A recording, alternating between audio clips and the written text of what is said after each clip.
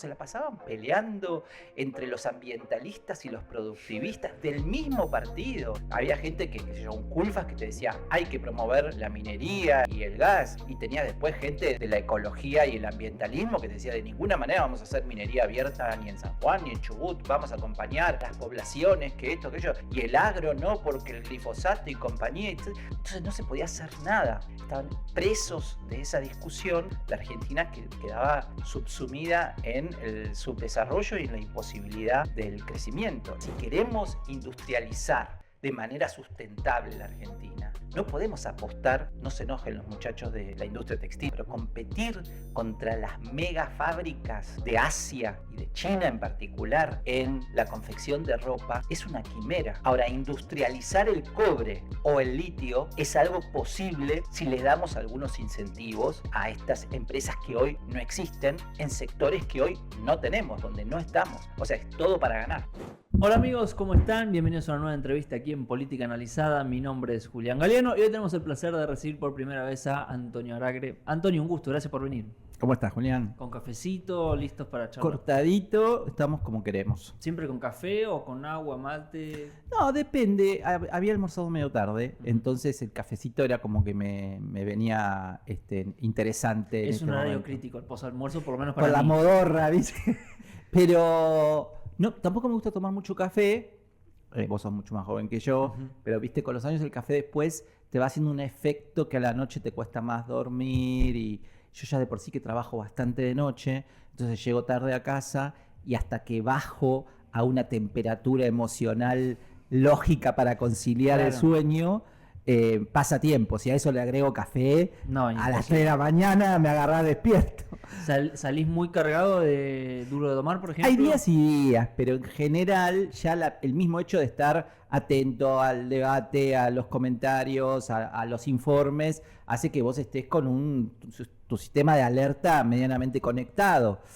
Así que salís de ahí, ponele 12 menos cuarto, llegás a tu casa 12 y cuarto. En general no cenaste antes porque es muy temprano cuando te vas de tu casa, pero tampoco cenás cuando llegás porque es muy tarde, pero por ahí picoteás alguna cosa, bajás y todo y te hace la 1 de la mañana, ¿viste? Claro. Tranquilamente. ¿Y cuánto vamos a hablar de economía, te trajimos para charlar un poco sobre eso, pero me interesa preguntarte cuánto de tu semana es hoy la creación de contenidos, porque estás también ahora trabajando en la televisión pública, Duro de Domar, ¿cuánto te está llevando esta nueva vida de creador de contenido en términos económicos? Y mira, cuando yo arranqué como consultor independiente después de casi 40 años en la vida corporativa, te diría que el 70% del tiempo era mi asesoramiento a clientes, empresas, pymes, algunas no tan pymes, un poco más grandes, y un 30% era un poco más lúdico, de hacer medios y alguna nota más por excepción, te diría, hasta que Nico Bocacce, que en ese momento era director de contenidos en C5N, ahora en La Nación Más, me llama para tener una reunión de C5N, que me había seguido en los últimos tiempos en redes, que le gustaba lo que estaba haciendo, y me ofrece probar algunos programas en Duro de Domar a ver cómo funcionaba. Yo al principio, dudé porque es un formato... Yo lo miraba, o sea, me divertía, sí. Pero no necesariamente me veía ahí entre los leones, ¿viste? Sí. Porque aparte sabés que te llevan como presa. Claro. Igual llegué medio engañadito, ¿no? Ah, ¿sí? Te vamos a tratar bien, claro, y todo eso, ¿viste? Muy inocente. Sí. Y bueno, pero la verdad me sedujo la invitación y acepté, y te diría desde el primer día sentí como esa vibración positiva de que era algo que te gustaba. También es cierto que al principio me iba mucho más cargado de lo que me voy ahora, o sea, no procesaba también todo lo que estaba pasando, pero el feedback del canal era muy bueno, queremos que sigas, etcétera. Ahí tuve durante 2 o 3 meses unas idas y vueltas que no sé si te enteraste, Julián, pero me fui tipo Carmen Barbieri, viste, que solté el micrófono. Okay. Y después volví, y después me volví a ir. O sea que fueron algunos meses complicados, más que nada en el vínculo con Pablo Dugan, que hoy te diría que es muy bueno. O sea, logramos encontrar lo que no encontramos en esos 3-4 meses, charla de por medio y con Nico Boccaccio también como mediador, logramos encontrar un espacio de entendimiento de qué cosas lo jodían a él de mí, Claro. y qué cosas me jodían a mí de él, y creo que, digamos, con algunas excepciones, logramos circular por un camino donde ambos nos sentimos cómodos y lo podemos disfrutar, Claro.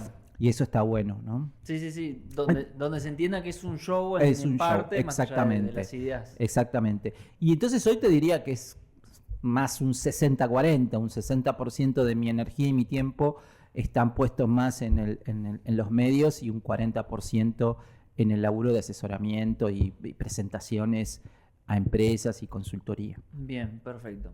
Te quiero proponer para arrancar una suerte de juego, como un semáforo rojo para que me digas no coincido, amarillo para que me digas puede ser, y un verde sí. Estoy ahí. Entonces te voy a decir 3 o 4 ideas que rodean al gobierno y que vos me digas qué color le pones a cada una. A ver. Por ejemplo, Toto Caputo hace poco dijo los próximos 18 meses van a ser los mejores que Argentina haya visto en las últimas décadas. Rojo, amarillo, verde.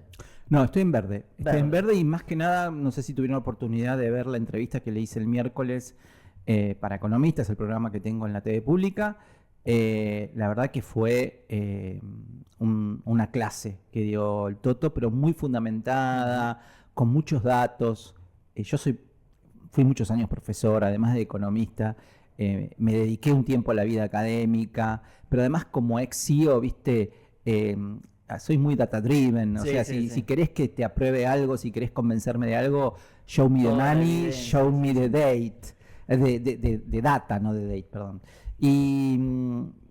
Y ahí fue muy claro. Entonces, a mí me parece que las evidencias están, el anuncio de hoy particularmente sobre el Super Rigi y la industrialización, o sea, o el incentivo a la industrialización de la explotación de recursos naturales, diría, la última vuelta de tuerca que necesitábamos para entender el boom exportador y de nuevo modelo de Argentina, que si querés te podías quedar un poquito corto cuando solo era exportar petróleo, gas o litio, ¿no? Y ahora le estamos agregando la posibilidad de que vengan nuevas empresas a instalar industrias que hoy no existen, como por ejemplo baterías de litio, como por ejemplo laminados de cobre, como por ejemplo fertilizantes de potasio para el agro, en base al gas que tenemos.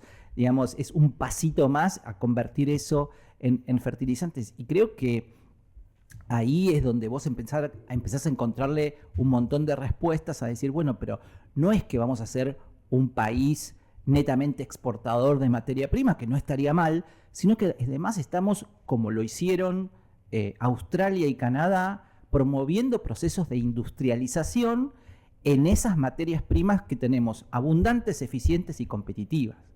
Y es como muy difícil no enamorarte de ese modelo, ¿no? Bien. La siguiente frase para poner color. La inflación, dijo Javier Milei, va a empezar con 0 este año. Rojo, amarillo, verde. Amarillo. Amarillo. Amarillo. Fundamente. Creo que la inflación va inexorablemente al 1% mensual antes de fin de año. Creo que arranque con 0, aunque sea 0,9 en agosto, es bastante más difícil. Y digo, porque que arranque con 0 en agosto y tenemos que tener un 0,9 en agosto. Y lo veo no imposible, pero difícil. Ahora, tener 1,2 o 0,8 en diciembre de este año, lo veo mucho más viable. Entonces me inclino por ese amarillo, que me acerca más a lo que dijo Toto de vuelta en la entrevista, que dijo, no veo tan difícil tener un 1% para fin de año. Ok. El crecimiento proyectado para el 2026 puede ser del 3,5. Verde. Verde. De vuelta, ¿no? Ahí tenés que ver la heterogeneidad de ese crecimiento. El doble clic donde vas a ver sectores que crecen al 10% anual, como ya los estamos viendo, los sectores estratégicos. Algunos los llaman los ganadores, otros despectivamente le dicen los extractivistas, ¿viste? Como si fuera algo peyorativo. No, parece que mejor tenerlos bajo tierra, ¿viste? Como a los muertos.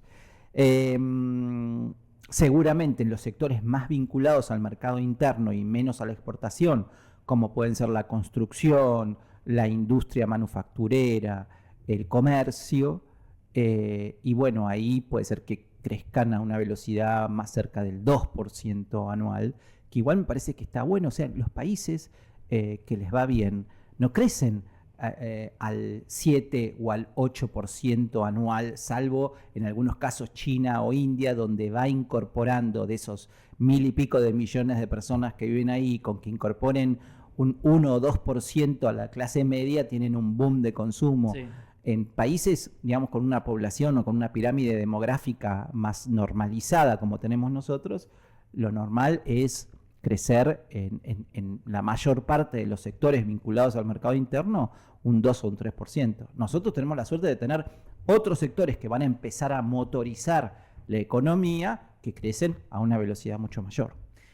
Pero sobre esas posibilidades, viste que se escucha mucho esta idea de no puede vivir un país de la minería. Un país entero no puede comer gracias a la minería, gracias al petróleo, gracias al gas. No es suficiente. Es como casi enojados con la idea. ¿Qué pensás vos al respecto de esa visión? De esa visión de, che, estamos potenciando quizás mal estos sectores. No, es que estoy de acuerdo, pero no creo que nadie esté diciendo que tengamos que vivir solo de la minería.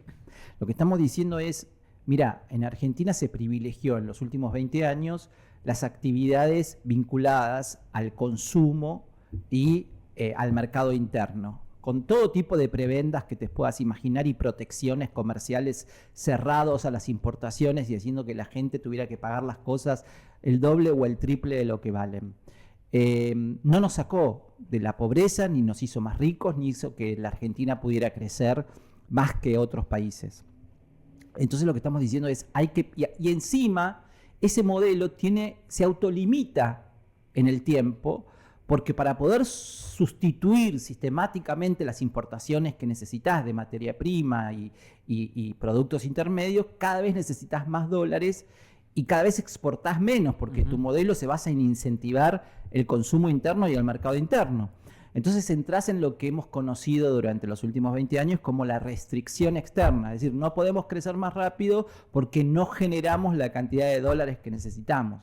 Bueno, la minería, el litio, el agro, la energía en general, los hidrocarburos, el gas, vienen justamente a complementar a otros sectores, trayéndote una enorme cantidad de dólares que el otro sector no te trae, pero que te consume.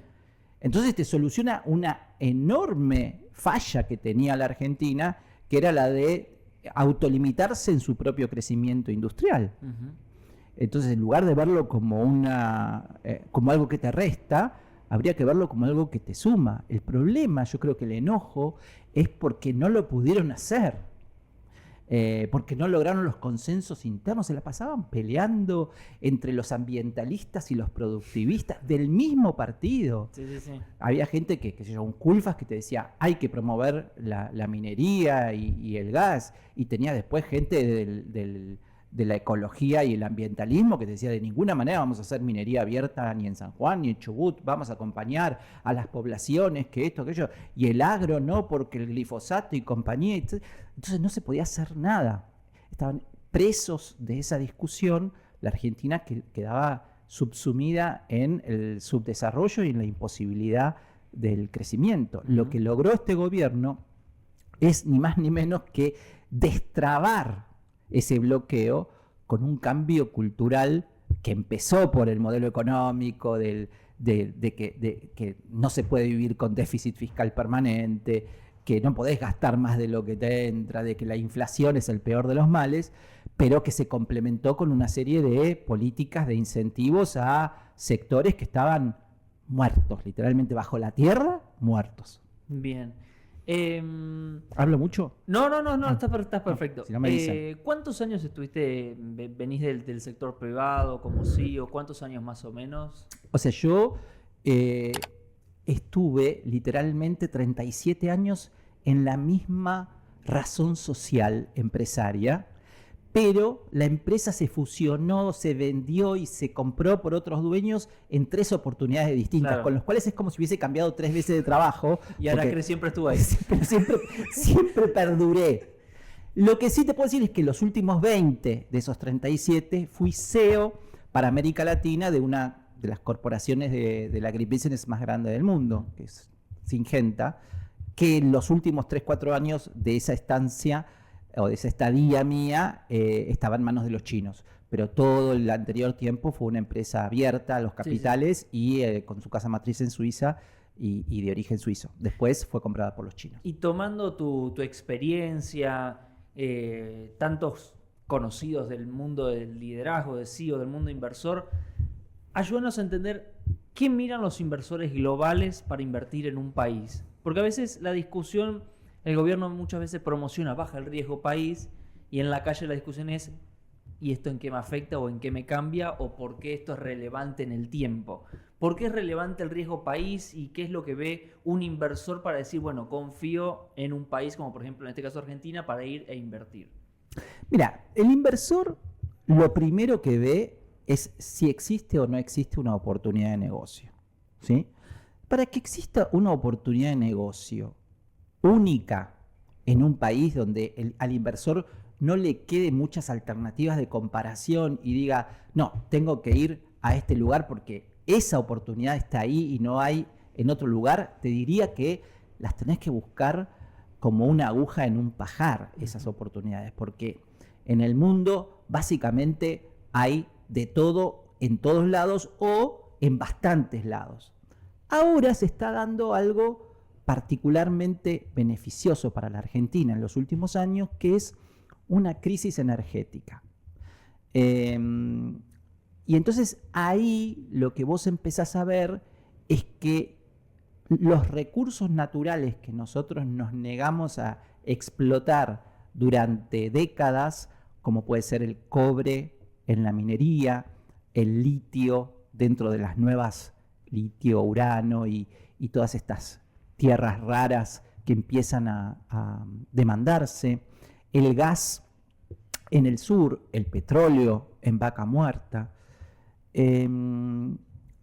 son oportunidades que existen en otros países, pero tampoco en 20 países. O sea, vos tenés 4, 5, 8 lugares donde podés ir a explorar esas oportunidades. ¿Por qué Argentina es un poco más interesante que otros países?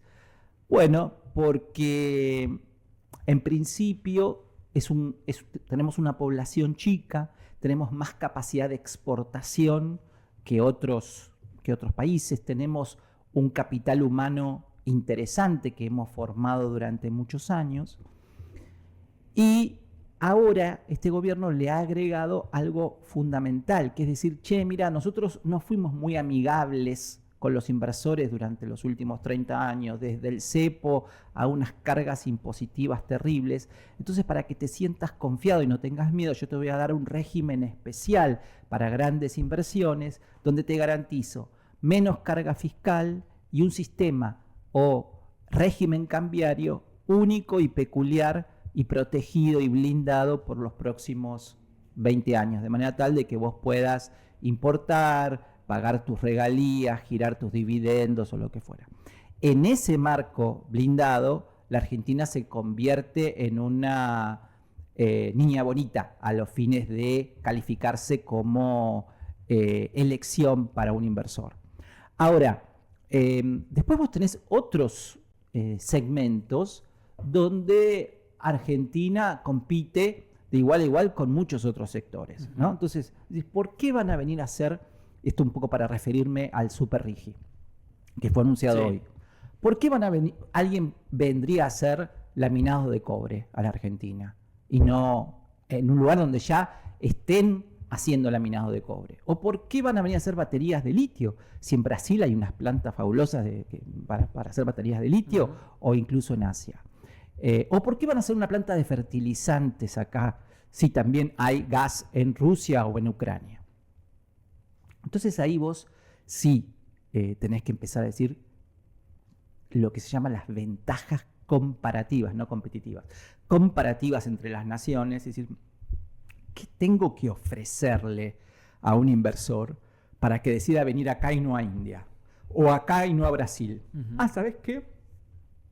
En Brasil, un tipo que produce baterías de litio tiene que pagar un impuesto a las ganancias del 35%. Viste que los brasileños son terribles con los impuestos. Yo te voy a dar un régimen especial por 10 años al 15%. ¡Wow! Eso te mueve la aguja mucho. Claro, bien. Y eso es lo que necesitamos. O sea, si queremos industrializar de manera sustentable la Argentina, no podemos apostar, no se enojen los muchachos de la industria textil, no tengo nada absolutamente negativo contra ellos, pero competir contra las mega fábricas de Asia y de China en particular en la confección de ropa es una quimera. Ahora, industrializar el cobre o el litio es algo posible si les damos algunos incentivos a estas empresas que hoy no existen en sectores que hoy no tenemos, donde no estamos. O sea, es todo para ganar. Sí, sí. Bien. ¿Y qué margen tiene este gobierno, por lo menos en el tiempo que le queda, imaginando una eventual reelección, para, por ejemplo, pensando en los locales, en las pymes locales, bajar impuestos sin romper el déficit fiscal? Es una muy buena pregunta, muy difícil de responder, pero voy a ensayar. No le voy a sacar el culo a la jeringa y Convengamos que si no te puedo preguntar a vos, que charlas con Toto Caputo. Esto no tengo muchas. Lo que pasa es que yo creo que ni el pobre Toto debe tener certeza del timing. Lo que estamos esperando todos es que una vez que pasó este vendaval electoral del riesgo Cuca, que planchó la actividad económica y produjo un rebrote inflacionario en el primer trimestre del 2026, se recupere la actividad. Ya estamos recibiendo datos de marzo y abril muy positivos, baje la inflación, hay un consenso colectivo de que podría estar un punto abajo de la de marzo y ahí encaminarse hacia la baja todavía en forma más pronunciada. Y si eso ocurre, como vos vas a tener una inflación a la baja, los salarios se ajustan mirando los meses anteriores, entonces vas a tener una recomposición salarial, eso va a incentivar el consumo, a eso sumale el rebrote de todo lo que tiene que ver con el crédito y las bajas de las tasas. Bueno, entonces vos vas a empezar a recuperar magnitud recaudatoria. Recuperando magnitud recaudatoria, vos podés pensar en cuál es el próximo impuesto que bajo y que también le sirva para las pymes. En mi opinión, si vos querés que las pymes vean ese efecto, el primero debería ser eliminar el impuesto al cheque, que es para todos. Y el segundo, para que no me maten los amigos del agro, las retenciones. El segundo, las retenciones. Que igual ya vienen en una baja. Están teniendo una baja, pero todavía es un impuesto injusto. Vos pensás que te cobran un impuesto por vender. Realmente no existe. No existe. Lo nombraste, entonces necesito que le pongas detalles técnicos al riesgo Cuca. Quiero que me expliques en términos técnicos qué significa el riesgo político para un país. ¿Qué fue lo que pasó en términos técnicos? Es muy fácil. Primero te voy a dar datos, viste que para mí lo primero son los datos. Entonces, el gobierno lanza en los últimos meses dos bonos. Uno es el AO27 y otro es el AO28. ¿En qué se diferencian? En nada. Técnicamente son los dos bonos iguales, tienen la misma ley, los mismos formatos, se calculan de la misma manera. Hay una sola cosa que varía. Uno vence, o sea, tiene que pagar el capital total del bono antes de las elecciones y el otro después de las elecciones. ¿Sabes cuál es la tasa adicional que los inversores pidieron por comprar el bono que vence 6 o 7 meses después de las elecciones? ¿Cuánto? 4 puntos. 4 puntos. ¿Sabes cuánto es el riesgo país de Argentina? 550. Entonces, ¿qué te está diciendo esos 550? Bueno, 550 está diciendo que 300 o 200 son de, casi te diría 200, son de Javier Milei. Y 350 son del temor a que Javier Milei pudiera no reelegir y venga un gobierno populista que vuelva a poner el cepo, que vuelva a controlar las importaciones y el régimen cambiario, que vuelva a tener una brecha del 200% y sobre todo, que vuelva a poner en duda honrar las deudas que tomó quien sea que haya estado en el Estado en los gobiernos anteriores. Entonces vos estás comprando un bono que te lo va a pagar alguien cuyo rating en cuanto a su conducta de pago es malo.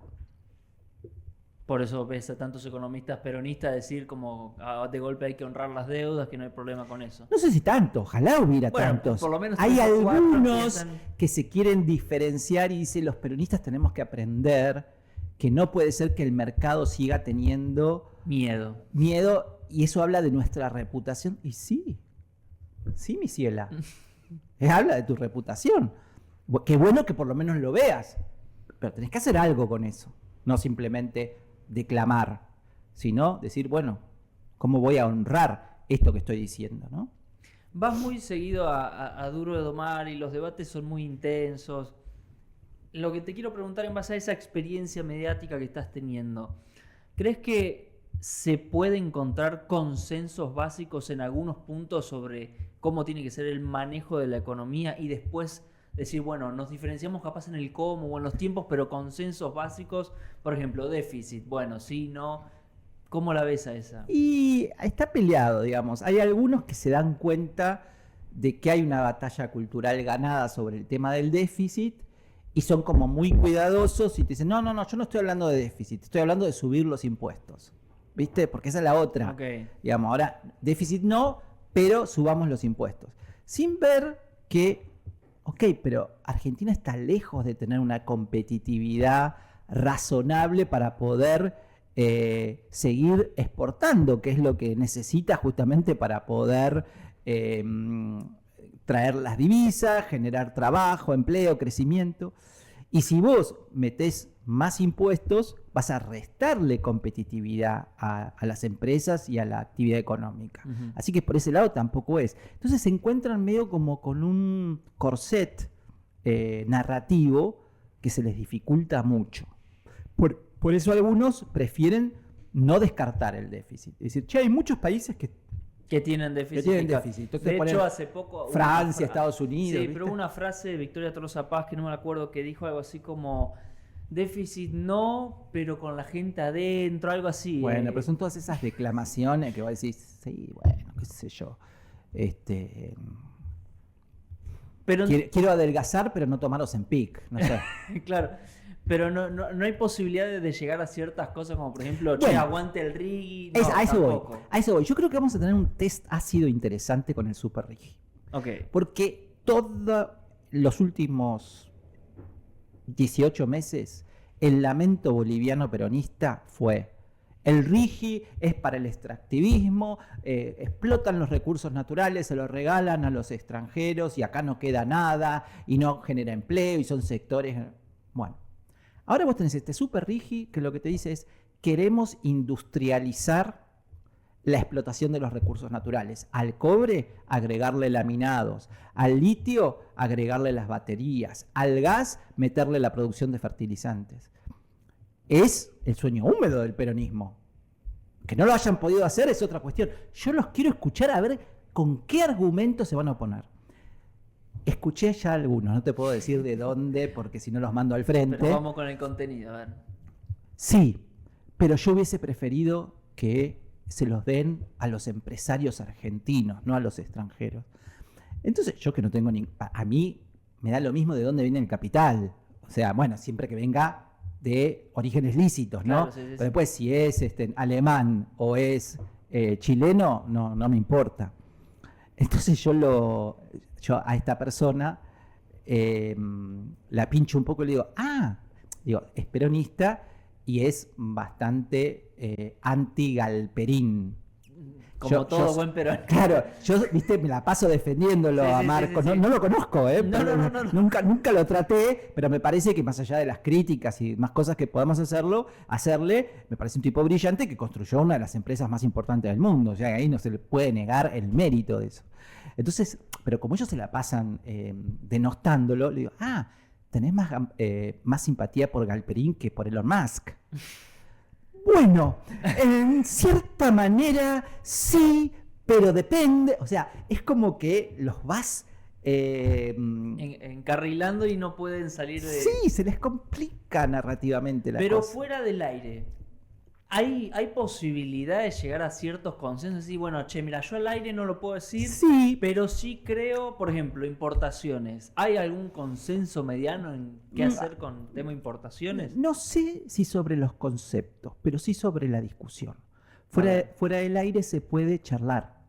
Eso está claro, eso sin sí, sí. violencia, sin Lo comentamos para la gente que nos chicanas. está viendo que fuera del aire, por lo general se entiende que es un show y que... ¿A vos te pasa también en carnaval? No, en carnaval los primeros 2 meses fue Pero después del aire, digo. después- o fuera del aire. No, fuera del aire los primeros 2 meses fueron sangre, no se También. podía cortar. Se mataban. Era muy difícil. Pero yo creo que eso tiene que ver con la edad. Ustedes son muy sí, jovenzuelos. somos todos más pibes. Pero después, bueno, Doman insistió mucho en que, che, esto es un show, cada uno defiende sus ideas, pero nada de golpes bajos. ¿Y hacen tipo asaditos o afters? Todavía no, pero ya ¿No? podemos charlar y nombrarnos por el apellido y ya hay buena onda, ya nos respondemos WhatsApp y ya Ok. se rompió eso. Pero bueno, cuando queremos conversar de ideas, a veces salen esa cosa de, che, la verdad que sí, en esto coincido, o en esto sí, la verdad que nos pasamos, o en esto no vale la pena. Pero no sé vos, en el palo económico inversor, ¿qué escuchás, por ejemplo, del ala peronista?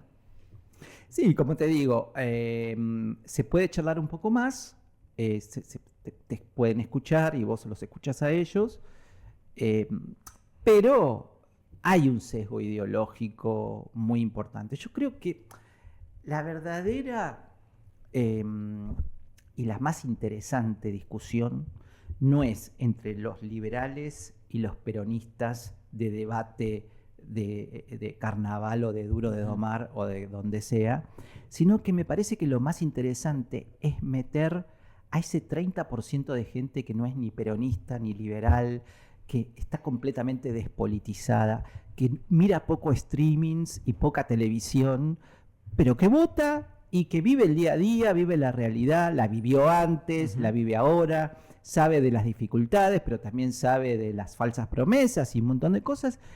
Y ver cómo podés entrar ahí en la discusión, qué devolución te hacen. O sea, me encantaría tener como una especie de programa de streaming semanal que sea como una especie de focus group en vivo de gente Apartidaria. apartidaria y que uno pueda escuchar lo que piensan, lo que les gusta, lo que no les gusta y que ellos puedan discutir en sí mismos con alguien que los modere, Claro. pero que sea como una especie de...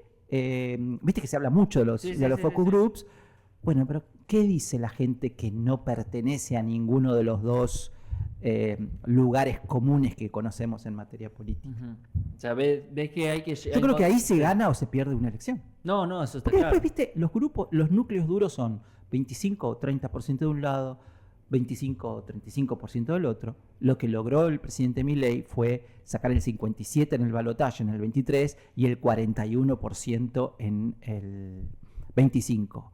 Bueno, veremos lo que pasa en el 27, pero lo que es evidente que el gran partido se juega en quien logra convencer a ese tercio no politizado y que vota en base a lo que ve y a lo que siente que es más genuino, más lógico y que puede tener un futuro más sustentable en el mediano plazo. Bien.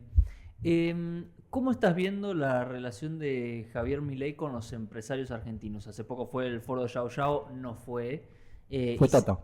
Fue todo top, pero bueno, se sabe que Milei no salió con buena relación el año pasado. Y se sabe que hay cierta tensión, o por lo menos se comenta que eso es así. ¿Cómo lo estás viendo vos? Y hay como dos empresariados hoy. En Argentina se ve mucho más que antes.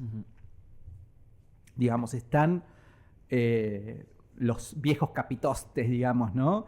Tradicionales, de los sectores,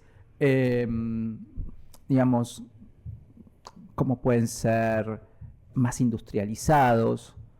Un representante era Roca en toda la industria siderúrgica, sigue siéndolo, ahora creo que se corrió de su posición de CEO y se quedó más como una especie de chairman o algo así. Un Madanes Quintanilla en FATE, ¿no? En la industria del neumático. Y así, bueno, podemos encontrar varios más. Y después tenés otros empresarios más nuevos de nuevas tecnologías o caras nuevas, como puede ser Galperín, que hace 20 años era un pichichi, ¿no? Y hoy es el empresario más importante de la Argentina y uno de los más importantes del mundo. O lo tenés a Bulgeroni, que compite cuerpo a cuerpo con Roca y que tiene una mirada hacia el gobierno y hacia la política muy diferente a la postura que tomó Roca en el último año.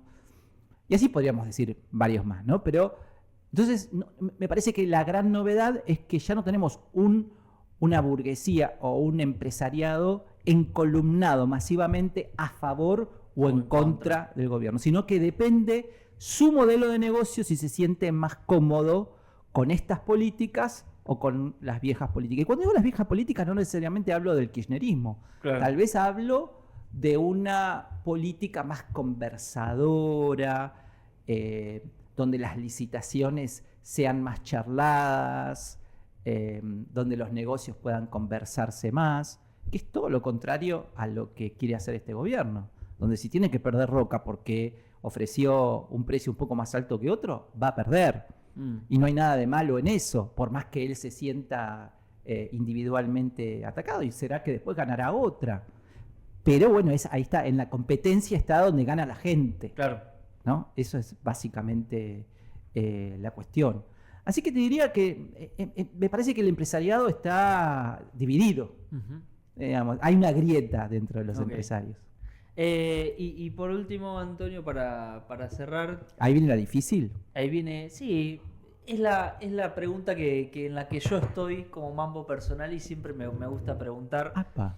¿Te preocupa, te entusiasma o te da ansiedad la economía en términos de qué puede pasar con la inteligencia artificial, el mundo de la robótica, pensando a largo plazo? ¿Qué estás leyendo, qué estás viendo de ese mundo?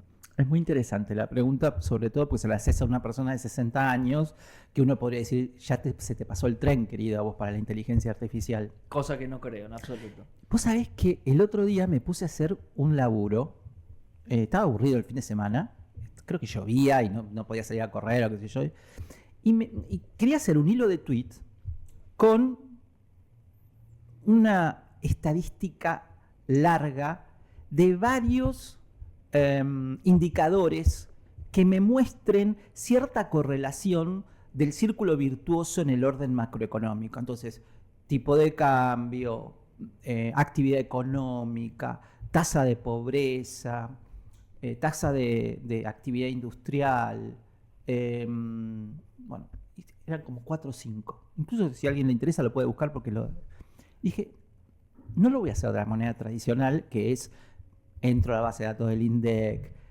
busco, generalmente tengo que combinar varias bases porque se cortan las series, sufrís con todo, después tenés que exportarlo a un Excel, ver cómo te quedan para el tujes, todo. Bueno, lo voy a probar con Gemini. Podría haber probado con Claude o con cualquiera. Es increíble.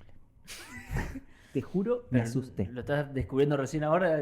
Sí, porque, como te digo, yo soy de la vieja ola y me dedicaba a hacer todas esas cosas manualmente. De una forma muy manual. Aparte, siempre desconfié del filtro de la IA, claro. Sí, de hecho, ¿sabes lo que terminé haciendo antes de publicarlo?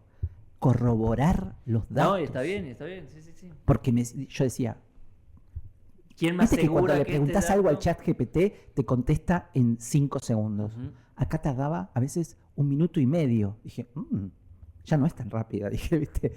Pero te tiraba un gráfico que vos no podías creer. Aparte, yo por ahí le pedía precio de la soja de los últimos 30 años en dólares, deflacionado por la inflación de Estados Unidos. O sea, algo que a mí me hubiera llevado muchas horas. Sí, sí, sí. Bueno, me lo hace en 3 minutos. Miro el resultado y ya me parecía confiable de solo mirarlo. Me dio mucha bronca. Lo fui a chequear y estaba bien. Volviste 3 días después de sacar vos tu propia cuenta, claro. Y eso me pareció muy impresionante. Ujú. Entonces, lo que digo es, yo podía tener, yo no tengo gente permanente trabajando en la consultora conmigo, pero sí tengo como asociaciones, necesito tal cosa, che, ¿me ayudás? Vamos a facturarle esto a tal cliente y compartimos. Pero en otras épocas, si yo me hubiera dedicado de lleno a esto, hubiese tenido 2 personas permanentemente trabajando en el armado de la información. Y ahora mira, bueno, eso es algo que me entusiasma mucho a mí, porque me quita una cantidad de trabajo De horas, sí, operativo y me acelera los procesos de manera extraordinaria, pero me preocupa en otros términos para decir, bueno, pero ¿y los Tonys que hace 30 años arrancaron haciendo ese laburo? ¿Qué van a hacer ahora? Y ya no estoy hablando de la Argentina, como muchos te hacen pisar el palito, sí, porque la Argentina, esto. No, este es un problema global. No, sí, sí, sí. Entonces, Por eso me parece fascinante. vos tenés un hijo de pregunta. 15 años que dentro de 2 termina el secundario y te pide ayuda para decir, ¿qué estudio, papá? ¿Qué hago? O sea, ¿de qué voy a laburar? Y vos como padre los míos tienen 28 y 25, hace 10 o 15 años atrás, te sentías con toda la autoridad, bueno, mirá, hijo, la ingeniería industrial, o bueno, a vos no te gusta la ingeniería industrial, pero el marketing digital y qué sé yo y qué sé cuánto. Y ahora yo pienso, ¿qué harán los padres? Claro. ¿Qué le dirán a sus hijos? Y una de las cosas que yo digo es, en tanto y cuanto la universidad no se plantee estas cosas y no cambie drásticamente la currícula de las carreras, los contenidos y la extensión de sus programas, se van a volver cada día más obsoletas. Y ese es un drama.